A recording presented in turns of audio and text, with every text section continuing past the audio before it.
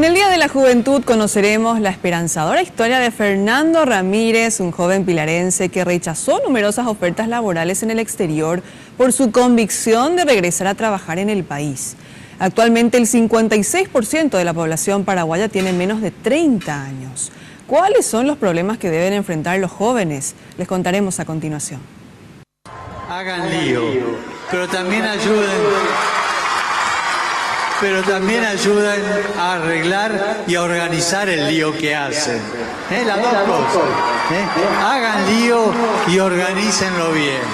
Con estas palabras, en 2015, el Papa Francisco se dirigía a una multitud de jóvenes en la costanera de Asunción.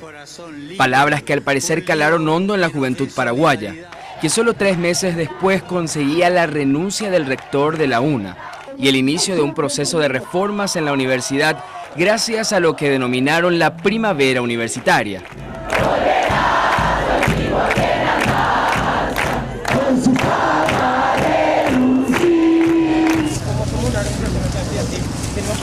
Los estudiantes secundarios no se quedaron atrás y también consiguieron la renuncia de una ministra de Educación. Me hago a un lado y digo, misión cumplida, gracias. Y continúan hasta hoy, luchando por mejoras en la educación de Paraguay. La juventud paraguaya sigue manifestando sus ideas y reclamando sus derechos, en un momento de la historia en que los jóvenes son mayoría en el país. Paraguay es el país más joven de Latinoamérica, ya que el 56% de su población tiene menos de 30 años. 65.000 jóvenes egresan anualmente de la educación media, la mayoría de ellos con la incertidumbre de no saber si podrán seguir estudiando o conseguirán algún trabajo. Esta es la realidad de la juventud en Paraguay. Entonces entendemos que aquellos jóvenes que realmente se forman, se especializan en el exterior, en un área determinada, tienen muchas más chances de conseguir un empleo que aquellos jóvenes que de ninguna manera pudieron acceder a esas oportunidades de estudio o ni siquiera a alguna tecnicatura, ¿verdad? Aquel que tiene la oportunidad de estudiar en las universidades en nuestro país sigue siendo un privilegiado, ¿verdad? Los números nos dicen que de cada 10 jóvenes que egresan de la educación media, solamente 3 ingresan a la universidad y de esos 3 solamente 1 se recibe.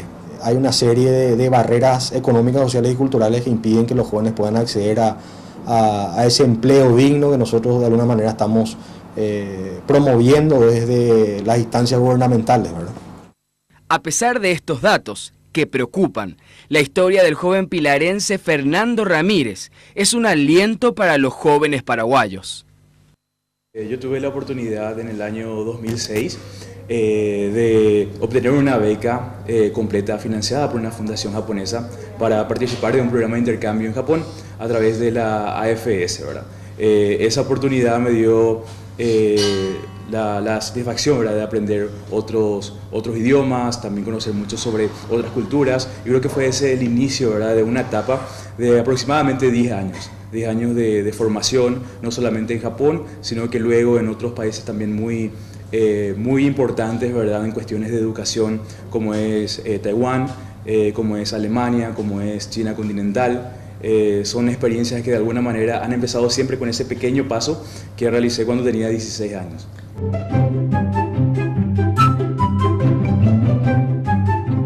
Tras 10 años de estudios en el exterior y de haber trabajado incluso en la sede de la ONU en Nueva York, Fernando decidió volver a Paraguay, a pesar de saber que en el país las oportunidades son mínimas.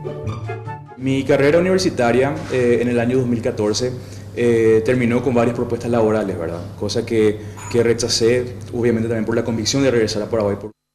No esperar a que las oportunidades lleguen, sino buscarlas y luchar por los ideales. Es el mensaje que este joven sobresaliente da a sus pares. Soy pilarense, soy paraguayo, soy ñembuqueño y yo creo que cada paraguayo, no sé si llamarle una obligación, pero tiene por lo menos ese llamado a regresar al Paraguay y de tratar de simplemente invertir lo que uno ha aprendido, ¿verdad? Yo creo que los jóvenes paraguayos no tienen que quedarse con los brazos cruzados. Hay muchas oportunidades y si es que no hay oportunidades, los jóvenes estamos llamados a crear nuestras propias oportunidades.